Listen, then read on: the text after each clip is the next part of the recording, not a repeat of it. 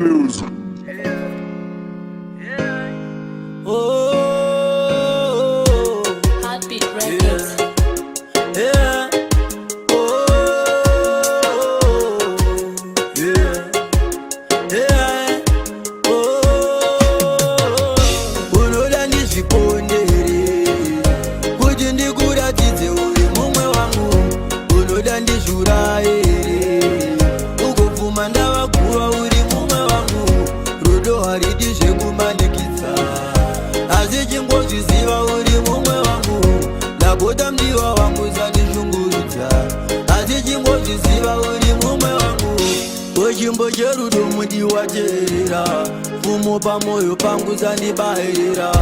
ameno mhepo dzavo dzanosairira ndizvo zvavanogona zvakangwarira, inini ndiri Adhamu iwewe Ivha, iwewe meMariya inini Josefa, teerera mdiwa wanguwo zvanchakuudza asi chingozviziva uri mumwe wangu, unoda ndizvipondere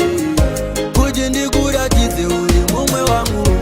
unoda ndizvuraire ugobvuma ndavaguva uri mumwe wangu, rudo hariti zvekumanikidza asi chingozviziva uri mumwe wangu, ndapota mdiwa wangu sandishungurudza asi chingozviziva uri mumwe wangu, moyo wangu akautora ndobva wauviga asi chingozviziva uri mumwe wangu, inini sekuona kwanguwo hazvisi zvega asi chingozviziva uri mumwe wangu, handikwanise mdiwa wangu gara ndiri ndega asi chingozviziva uri mumwe wangu, ndinokuda mudiwa wangu zvimwewo nawega asi chingozviziva uri mumwe wangu, unoda ndizvipondere kuti ndikuratidze uri mumwe wangu, unoda ndizvuraire ugobvuma ndavaguva uri mumwe wangu, rudo hariti zvekumanikidza asi chingozviziva uri mumwe wangu, ndapota mdiwa wangu sandishungurudza asi chingozviziva uri mumwe wangu, wechimbo cherudo mudiwa teerera, pfumo pamoyo pangu sandibairira, ameno mhepo dzavo dzanosairira ndizvo zvavanogona zvakangwarira, inini ndiri Adhamu iwewe Ivha, iwewe meMariya inini Josefa, teerera mdiwa wanguwo zvanchakuudza asi chingozviziva uri mumwe wangu, unoda ndizvipondere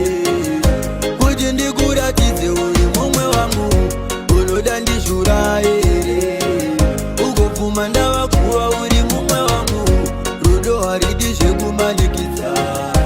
asi chingozviziva uri mumwe wangu, ndapota mdiwa wangu sandishungurudza asi chingozviziva uri mumwe wangu, moyo wangu akautora ndobva wauviga